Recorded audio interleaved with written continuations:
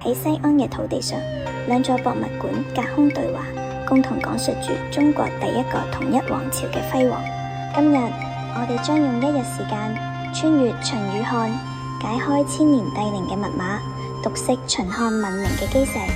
呢度唔單止係世界第8大奇蹟兵馬俑嘅所在地，更加係一座完整嘅帝王陵嘅秦始皇陵博物院，由兵馬俑博物館與驪山園2大區域組成。喺1號坑，你能夠目睹大秦軍陣嘅完整形態，前鋒、後衛、側翼38路縱隊排列嚴整。呢啲手持實戰兵器嘅陶俑，以其輝煌氣勢，見證住秦皇數6合嘅軍事力量。而3號坑作為整個軍陣嘅指揮部，面積雖小，卻地位尊崇。呢度嘅陶俑環繞室內，手持儀仗兵器，以護衛姿態面向中心，揭示咗秦代軍事指揮體系嘅精密與威嚴。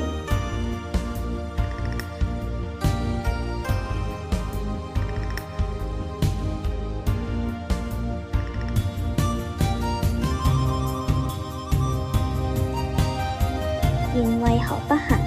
陝西歷史博物館秦漢館以北斗7星佈局坐落於秦咸陽城遺址旁。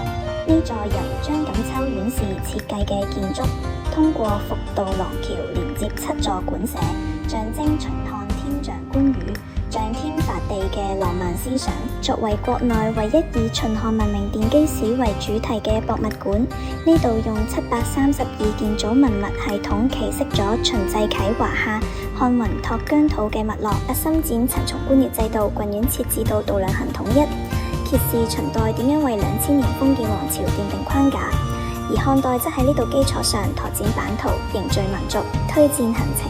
上晝探訪秦始皇陵，聚焦兵馬俑嘅雄渾同車馬嘅精妙。下晝抵達秦漢館，喺北斗7星建築中梳理文明脈絡。兩館車程大約40分鐘，一條路線串聯起制度創建與疆域定型嘅歷史閉環。秦陵以文展現帝國縮影，秦漢館以史解讀制度基因。前者係強權嘅實體化，後者係文明嘅抽象化。